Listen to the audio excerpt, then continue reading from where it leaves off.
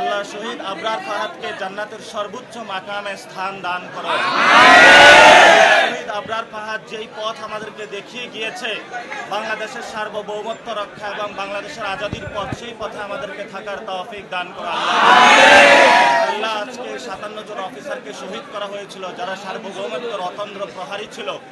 আল্লাহ তুমি তাদেরকে শহীদ হিসাবে কবুল করে নাও।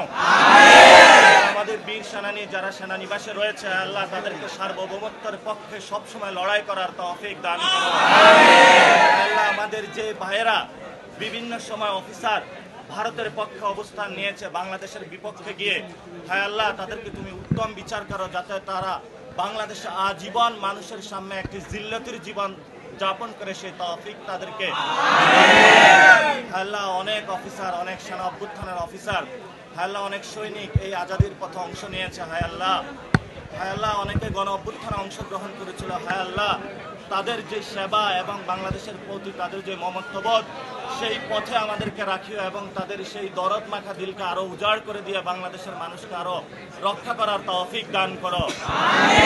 আল্লাহ নতুনভাবে এই বুয়েটের যেখান থেকে আজাদির পথের যাত্রা শুরু হয়েছিল, হায় আল্লাহ আমরা ওই সময় এসেছিলাম শহীদ তিতুমির হলে, আমরা দেখেছিলাম কিভাবে তাকে হত্যা করা হয়েছে। হায় আল্লাহ পুরো বাংলাদেশের 18 কোটি মানুষকে ভারতীয় আধিপত্যের বিরুদ্ধে দাঁড়িয়ে নতুন বাংলাদেশ গঠন করার তুমি তৌফিক দান করো।